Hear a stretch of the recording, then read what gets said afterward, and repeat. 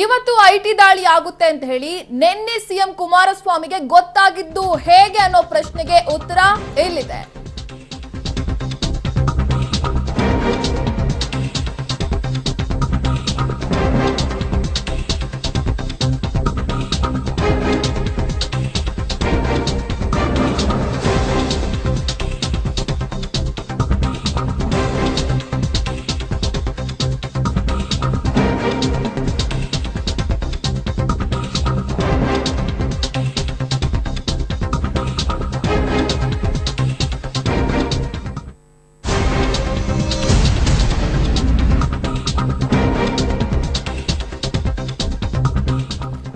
IT ದಾಳಿ ನಾಳೆ ಆಗುತ್ತೆ ಅಂತ ಹೇಳಿ ಮುಖ್ಯಮಂತ್ರಿಗೆ ನಿನ್ನೆ ಹೇಳಿದವರು ಯಾರು? ಗುಪ್ತಚರ ಇಲಾಖೆನ ಅಥವಾ ಪೊಲೀಸರ ಅಥವಾ ಐಟಿ ಅಧಿಕಾರಿಗಳ?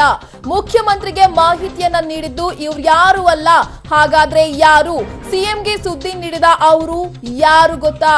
ಅವರು ಯಾರು ಅನ್ನೋದನ್ನ ಇನ್ನೇನು ಕೆಲವೇ ಕ್ಷಣಗಳಲ್ಲಿ ರಿವೀಲ್ ಮಾಡ್ತೀವಿ.